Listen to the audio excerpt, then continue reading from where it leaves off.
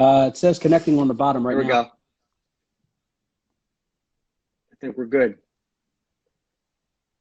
You got me? Oh, there we go. Now I see you. What's up, my guy? Yeah. All right. How you doing, brother? Good, man. How are you? So I figured we'll give it a little bit, let it I'm great. build up a little bit with some followers and stuff like that. Get some viewers. Um, yeah, man. This has been one hell of a ride so far. You know, trying to get trying to get all the stuff in line. You know, trying to see what we're going to get to next, and proper precautions and everything for us to be able to open up. Yeah, I mean, when you sent that out, I thought it was such a good idea for us to get together, and maybe this can piggyback onto something a little bit bigger, but and how important it is for us as a community, barbers and hairstylists to get together and make sure that we're all on the same page when it comes to opening up, because any kind of missteps along the way are just going to create more problems for us in our industry, if this isn't done the right way. So the more we're all on the same page, the more we're all doing things the way we should be doing and by the book, the better off everybody's going to be, our clients, our barbers, everybody. Absolutely, So yeah. Yeah, yeah, so it's definitely going to be some steps at a time. I've been yesterday. I just met up with my supply guy. I spent probably in the last 3 days almost about $1,000 worth of hand sanitizer, new mask. Just bought a bunch of more capes, just so that way, rather than doing disposable capes, every client gets a new cape, just to kind of hopefully help calm down the spread. Um, I even got one of those contactless thermometers. I'm waiting for that to come in the mail. Just got shields. We got the shields and everything for the face just to protect everything. Got masks, got everything over here. Luckily, I was able to get some stuff from the restaurant store, hand sanitizer and stuff like that. So hopefully that can help us out too as well. Yeah, and even with the Barbicide certifications, now with everyone having them, it's a little bit appealing to customers' eyes, the public eyes, getting nice Barbicide. Going to be hanging these up. Same thing with my cleaners. I'm going to make sure that my cleaners always have their Barbicide certification hanging up on the wall. So then that way it's just not only the barbers, it's going to be anybody that is involved in the shop itself. Yeah, and then I've been reading up a lot on the Barbicide, or the Barbicide back to work plan and different precautions on what to take. With this whole thing coming out, there's going to be some eyebrows that are going to be raised a little bit, as far as no waiting space whatsoever inside the shop. We're not going to allow any groupies per se to come in to watch their friend get a haircut or get a service or anything like that. And same thing, even when it comes down to parents. As long as the child can sit by themselves, basically the parent doesn't need to be in there. However, we can't control the parent from staying in the shop or not staying, just because it is a child. But however, we're going to really try to limit it down to about 10 people in the shop at all times, taking proper precautions, setting aside additional probably about 15 minutes in between clients, just so then that way we could properly sanitize, wipe everything down, give the allotted 10 minutes for the Barbicide solution to fully work to kill the bacteria. With all that being said, it's going to add more time on to each individual barber's day, stylist's day. I hope this just isn't going to be for my shop. I hope other shops follow kind of the same standards, because the fact that we're not getting anything from the state right now, the state's totally shut down. So it's up to us, business owners, barbers, trained licensed stylists, to stick by it, because we have no leadership coming from higher ups.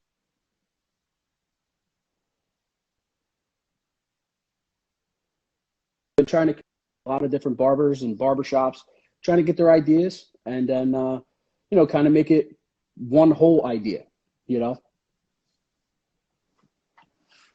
Yeah, I mean, you definitely covered the most of the fundamentals, I think, for sure, and it's definitely going to all start with everyone with the waiting area. You know, they're just you're not going to be able to have and utilize your waiting area. So, I mean, if you have chairs there, just take the chairs out. And Absolutely. you know, fortunately, we're going to be coming into a situation when we do open up, which is hopefully sooner than later, that the weather is going to be good and you can have people wait outside and things of that nature. So, you know, number one is going to be is the waiting area, and you're right about the parents and everything. You know, nobody's piggybacking along. You know, enter the shop with a mask. You know, sanitize their hands as soon as they walk through the door on your Yeah, end, just to be extra careful. You know, absolutely. I mean, some people might go so far as getting the thermometers. I ordered one just to have it. I'm not sure I'll use it. You know, you got to really, at some point, trust the public to do the right thing and not come into a situation like a barber shop or a restaurant or whatever the business may be, sick, you know? So, but yeah, we're right with you, man. We ordered our masks and our gloves and our hand sanitizer, our disinfectants. Um, you know, one thing that's been a big talk, and you had shown the capes, is, you know, I came up with an idea that I thought might work as well and may be a little more cost effective. So, you know, obviously we have our capes, and you know, if you think about when you go to the dentist, you know, they get that little bib they put on you. So we've got these little clips Okay. here, Yeah. and you can buy them, and they'll go around the neck, and then the disposable bibs will cover most of the body on, you know, over the cape. Okay. So, you know, they're pretty cost effective. You know, you buy these one time because you really don't have to change them, and then, you know, you throw away the bibs after every cut and after every service. So that's one of the things that I thought might work. You know, I don't think that many people are going to really go to the extent as the capes and the bibs, but I think you should, especially as we get off the ground and this just starts to take off in the first week or two. Um, Absolutely. but you know, people in our line of work, one thing that really you kind of lose sight of, people in our line of work and other occupations that involve being around the public and having so much interaction, is our people develop very robust immune systems being around, you know, being around the public all the time. So, you know, you've been doing this a long time. You know, a lot of my barbers are very experienced. This is not going to be the first time you're going to be in a situation where you're around somebody that's sick, and actually we're probably going to be in a better situation. I mean, you've cut people that have had the flu, that have had pneumonia, that have had runny noses and all those kinds of things. And we're probably more, by all of this awareness, we're probably going to be in a better situation even out of the gate and more long term, to protect ourselves as well, you know, and our team, you know, going forward, you know, with all this new information that we have. So, you know, that's one thing I look at as an advantage going forward. Yes. Absolutely. You know, and I think one of the other biggest things is going to be, you know, now it's going to be, luckily for myself, for probably about the last 7 years, 8 years, I've been basically appointment only. And appointments are going to be huge now, for a lot of different, you know, reasons, just so that way you know who's coming in. So then that way you can eliminate your waiting space, even if people are waiting outside, keeping your front door locked. So then that way nobody off of the street can just randomly walk in and say, hey, I need a haircut. With the nice weather coming, with the front doors being open, I thought of a simple solution: put a chair in there, so that way it kind of blocks it. So even if like you're not really paying attention to the front door, you can at least stop and say, hey, oh, hold on 1 second, I'll be right there, you know. Kind of direct the people outside rather than inside, so that way we can maintain 6 feet apart, and you know, proper social distancing and stuff like that. And it's really a shame when I see a lot of big box stores and you're walking through, and I think everybody can really agree with me. You walk through these stores and only the checkout lines are enforced for 6 feet. You Right. can walk up and down the same aisle. Yeah, there's targets on the ground saying, only go up this way, only go up that way, don't enter. But nobody's enforcing it. Nobody's actually watching over it. Now, us, as far as small business owners, what we can do is we can enforce the regulations, because state can't be in every single shop. Police officers aren't going to be in every shop, if they're even the ones that are going to kind of like mandate if somebody did open up, like who's actually going to be in charge of regulating your shop is the business owner, manager. So I think it's going to be it's going to be easier. It's definitely going to be easier said than done, but I think it's going to be a lot easier than what people think. It's just you have to come up with rules basically and regulations for your shop that you have to obey by as being the owner. A lot of owners like to kind of do what they want because they're the owner. No, it has to lead from the owner and it has to trickle all the way down, even to your cleaning crew. So I think with that is going to be, really, it's going to be tough at first, especially I've seen a couple things, people putting up like no handshakes. Everybody basically shakes their hand when they come in or a little dab or, hey, what's going on? That's probably going to be one of the hardest things, especially in a shop and atmosphere that we have at Trendsetters. Everyone's family, everyone's friends. We know more about people's lives than I think some of their own family does.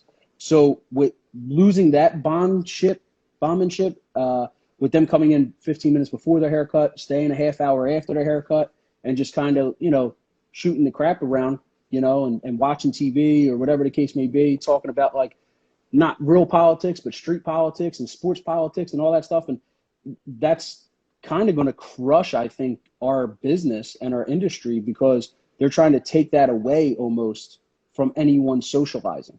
Somebody else said today, or just earlier today, I just picked up pizza for the kids. I was talking to the pizza shop owner. He said barbershops are going to be able to open. The barber is not going to be able to talk. There's no talking while getting a haircut. I said, why? We have a mask. We have a face shield. Why can't we talk? That's going to be the biggest rule, he said. He owns a pizza shop. He hasn't closed down. We've been closed down since, I believe, March 21st. I think that was that Saturday. And he's telling me that that's how we're going to have to open up. Mind you, he's wearing a mask. And the whole time when he has his mask on, right, his mask is up like this. He grabs it like this, comes down. He's doing this the whole time. Now, he's working with food. Now, his hands just touched my money, just touched his mask, and now he's going back and forth. Like, what are you not thinking? What are you doing? It just makes no sense to me. This, it's nuts. I never thought something like this could ever happen. The biggest thing that I always thought how we can lose our business in a sense or have to shut down is basically lice is the most fearful thing that in the hair industry, from my knowledge at least, is something where it's like, okay, you have to be shut down. That's it. You have to shut down. You got to disinfect. You got to clean everything. And especially with our barber license and cosmetology license, we are, trained in sanitation. Our license and PA at least, the same website, they go check doctors and nurses, they find our license on there too as well. So how come we're not essential when first responders, essential personnel all need haircuts? It makes zero sense. I got so many phone calls from different police districts asking me to come cut the police officer's hair inside the district. I'm like, wait a second. Now, what if I get caught? I heard uproot of fines to $10,000, losing your license, losing your business privilege license if you're the owner and get caught. Like, that's crazy. It's nuts. It's absolutely, it's mind-boggling. When everything first happened, I tried to really wrap my head around it, and then I just became like more anger almost because I'm a type of person that likes to have control of things and likes to kind of like dictate what's going to happen. And now I'm like hopeless almost, or helpless, because I don't know what to do. I can't say, hey, we're going to open up tomorrow or we're going to open up next week. People are asking me, and realistically, I think for Philadelphia, at least, hopefully not so much for you guys up in Newtown, but for Philadelphia, I think we're looking at June 8th. And the only reason why I'm saying that is because Governor Wolf put up saying May 8th. So when the plan was initially ran out, it was for 6 weeks. Allegedly, May 8th is going to start the yellow factor, or the yellow pyramid. I think I have, yellow phase. I think I have a picture of it too as well. So people were like, oh, okay, barbershops are going to be open. Realistically, in my mind, there's no way barbershops are going to be open if a restaurant that is open for business is not allowed to sit their customers. It's still only going to be takeout. So how is a barbershop going to open or a salon going to open? This is it right here. So this is the yellow Well, face. I mean, This is the yellow face. I mean, So how is a there is definitely a barbershop big or a difference there. You're talking about, you know,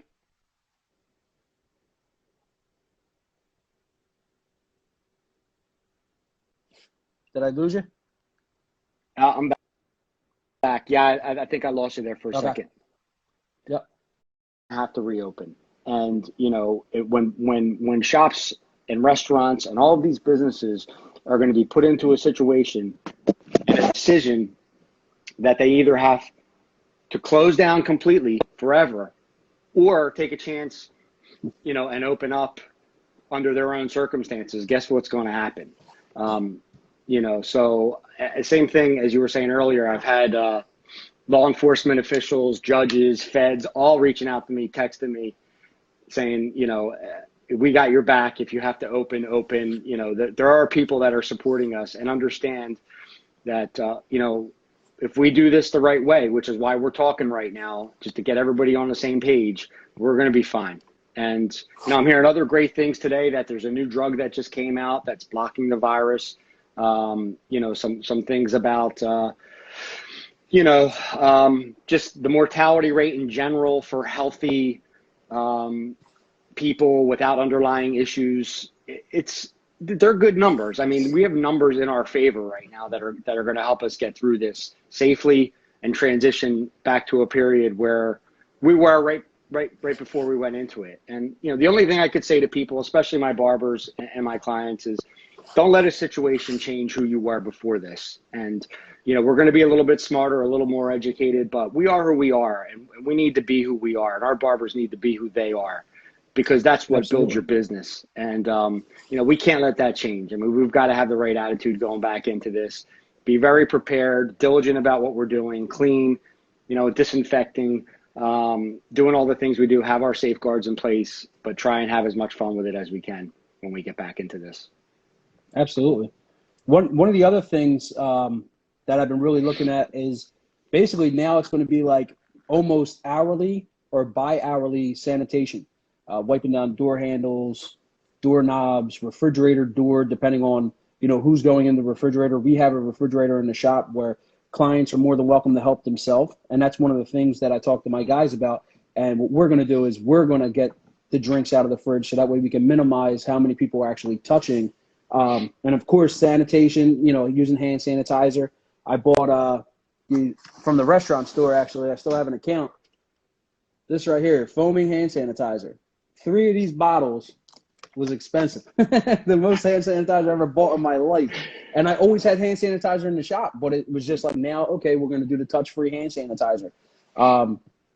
I think, you know, with adding the extra precautions and different things that we already do on a regular, it's just going to be more frequently, you know, not getting caught up in the middle of a haircut and trying to sneak somebody in. No, now it's going to be, you don't have the extra time because you're going to allow more time for your sanitation. I actually, yesterday, off of my supply guy, I picked up a whole nother set of guards. I picked up a couple more trimmers, just so that way, when I'm cutting client A, they're going to get the A set of clippers. When I cut the next client, he's going to get the B set of clippers. Not saying one's better than the other, but then that way, while the one's like going through the disinfectant stage, I don't have to worry about, you know, trying to rush to like clean my clippers just so that way I can get my next client. So then that way I can leave them there and let it go. That one lady opening up, I think it was Giovanni's barbershop or Gianni's barbershop in Delco. Yeah. She said, I'm Yeah. opening regardless. The best Yeah. thing that I got from her interview, I don't know if I support her going on to the social media and saying, hey, I'm going and I'm opening and I don't care. I think that's a little abrupt. But the best thing that I got was she said she's putting a UV light in everyone's top drawer to kill the bacteria. I thought that was a great idea. Go after tonight, because I'm finally getting time to sit down, I'm going to order UV lights for the stations. So then that way, that's just another precaution thing that we can have to try to kill if there is anything. And that will be available at every station. You know. Yeah, that barbershop happens to be three doors down from my brother's barbershop in Media, so I don't have any comment on her right now. Really. Yeah, Yeah, yeah, yeah, yeah, yeah. and It's right. It's and right and there. it's a So shame he's because in it. I yeah, I completely understand why people have to open. I get Yes, it. yes. And it's tough. I mean, for myself, I'm not getting my landlord still wants his rent at the end of the day. Um, he offered me I can put a chair in the back of his bicycle store and I can cut inside of his business that's right in front of my business or right in back of my business. And I'm like, that makes no sense. If I'm going to do that, I might as well just open up my doors and say, hey, I'm here. I'm in the same parking lot. That's the only thing he offered me. I actually just today, about an hour and a half ago, I just got a email from the what was it? The grant that my grant is under review, and I might hear something by May 4th, but it could take longer. This is what the email said. I'm like, wait a second, that's such Yeah. like a blind eye. You know what I mean? It's like you just don't know. I applied for like 4 different things. And really they say, we're here for the small businesses. And I think Jay Major said it the best. Everyone says, oh, we're all in it together. No, we feel as if we're all alone because we're not getting no relief. We're not getting no help when we have multiple people in hundreds of shops throughout the city that rely on this income. This is their sole income, and they don't have it right now. Yeah, one of the last things I wanted to cover was I encourage any barbershop owners or managers or people that kind of run their businesses. Clients that are on this video might want to hold their ears when I say this, but you really need to take a look at your price point coming back from all this, and put services out there for what you feel you're worth, especially coming into a situation or coming out of a situation where we're really digging out of a hole. And I'm not saying charge astronomical numbers, but if you're that shop that's still charging $15, $18 for a haircut, you're selling yourself, and you've got an opportunity to do good and do right by your people and by your business, and give yourself some power to either prepare for another situation like this or increase your longevity. It's not something your customers are going to be unhappy about. Everything is going to go up after this. You go to a Absolutely. bar for a glass of wine or a beer, it's not going to cost the same as it did beforehand. So, I definitely encourage people that to spread the word, to make sure that your price point is where you think it should be, and if it's not, you should maybe take a look and reassess that. Absolutely. The good thing is we actually were increasing our price come May 1st. So this is before all of this. We had it on our website and everything. I don't know if I'm a fan of increasing your price due to this. I feel as if your loyal clients and the clients that always take care of you, it really shouldn't matter what your price is because they usually tip very well and they appreciate what we do on a regular. I understand trying to cover costs and everything like that, but I feel like that kind of comes and falls down onto the business owner themselves. Absolutely. So Yep. the one thing I am glad every situation is different. Yeah, for sure. And I am really glad at the fact that I already had our price increase already in effective from January, saying it was going to start at May 1st. And it's a substantial hike, but at the end of the day, like you said, you have to charge what you're worth. And if you think you're worth $40 a haircut, you're worth $40 a haircut. Who's to say you're not, other than your clients? If your clients continue to sit with you, that's great. That's awesome. Yeah, and for the time being, I see people putting up GoFundMe's and all that different stuff. Luckily, knock on wood, we haven't had to do that yet. But I have one guy. He's on here now. Danny, hands down. He just had a newborn in February. I feel terrible that the shop is Congratulations, closed, Danny. and he has a newborn, and this is his only income, as of right now, and it kills me because I can't do anything. I can't just say go open the shop, go in there and work, and go late night. I don't want to take the risk because I don't want to get it taken away from me and then not have nothing tomorrow. So, but definitely with the prices, the prices will work for a lot of people, and clients will understand. And like you said, even restaurants, nothing's going to be the same anymore. You're going to find out different things, and I think also when it comes down to this, it comes to make more sense of why a lot of barbers and hairstylists should stop trying to hide so much. They should actually come up on the table and claim more money, do a W-2, 1099, anything like that, where they can pay into some type of retirement, any type of emergency funds. And I think that's going to be the next step.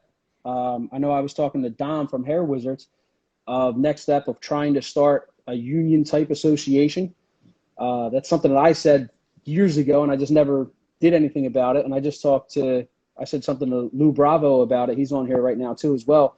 When we met up back in February, I said the same thing to him. Why not start an association? We don't have to be a union or anything like that. But if we could start an association as far as benefit packages and stuff like that, where we can join in together and become more as one. You know, not everyone's going to go for it, but, you know, we could definitely do something where if something like this happens, there could be some type of money to fall back on and kind of splurge amongst each other that are joining in together. You know, but you still have your own business. They have their own business, you know. The more you galvanize the community and get people together, the better off we're going to be in our industry. That's just the way it is. If you're an old head that's worried about your competition, then, you know, maybe you should look at yourself in the mirror and do something better. But, you know, at the end of the day, I've got 2 other barbershops, right within a stone's throw of me, and we're all friends. We communicate, we talk. You know, and that's direct competition. And I don't look at it as a competition. I mean, everybody does not at all something differently, and you have your own unique way of taking care of your customers. And there are plenty of heads to cut. And I think galvanizing the community and unionizing together as sorts is a great idea. And I think that's why you and I got together to talk today, to just try and get the word out there again, to make sure that when we reopen, we're doing it the right way. Because if you have a misstep in one barbershop, it creates bad publicity. And that's not going to be good for anybody. Somebody gets sick in a barbershop that isn't doing a good job of staying clean and sanitizing and being compliant. That's all going to trickle down and hurt everybody else. So let's just do this the right way. You know, eliminate your waiting rooms, get your thermometers, your masks, your gloves, your hand sanitizers, lots of disinfectant, cleaning, clean. And it's going to be great for everybody. We'll be okay. We're going to come out of this better than anybody ever thinks. I promise. Oh, absolutely. Yeah, and that's one of the things I feel that is going to happen too as well. It's just a matter of time of when we can actually get it to actually be shown and bring to the light. I'm actually going to be having an interview with the Philadelphia Inquirer. They see my post through social media, and they wanted to give me an interview, waiting to hear back of when it's going to take. And she just wanted to know like the steps that we're going to take and what I really feel is going to happen. But the more people that follow, not even follow, but look at, you know, the business proposal that I put up, or reopening proposal, Jay Mazurs gave basically the blueprint of it. I took some things out. I changed some things around. But he wanted people to do that. And then the more people that you contact, I sent it to Killian that you sent me earlier today. Yeah. I sent it to him. I'm going to follow up tomorrow. I figured give it a little bit just to so that way he could see the email. So I'm going to call him tomorrow. But I sent it to Donald Trump. I sent it to Governor Wolf. I sent it to Mayor Kennedy, Christina Tartaglione. I sent it to everybody because I was just like, you know what? Somebody's going to see it and somebody's going to answer. So far, I got one reply from Governor Wolf, and it was just a generic reply, which you know it was going to be anyway. Didn't really state anything about our industry.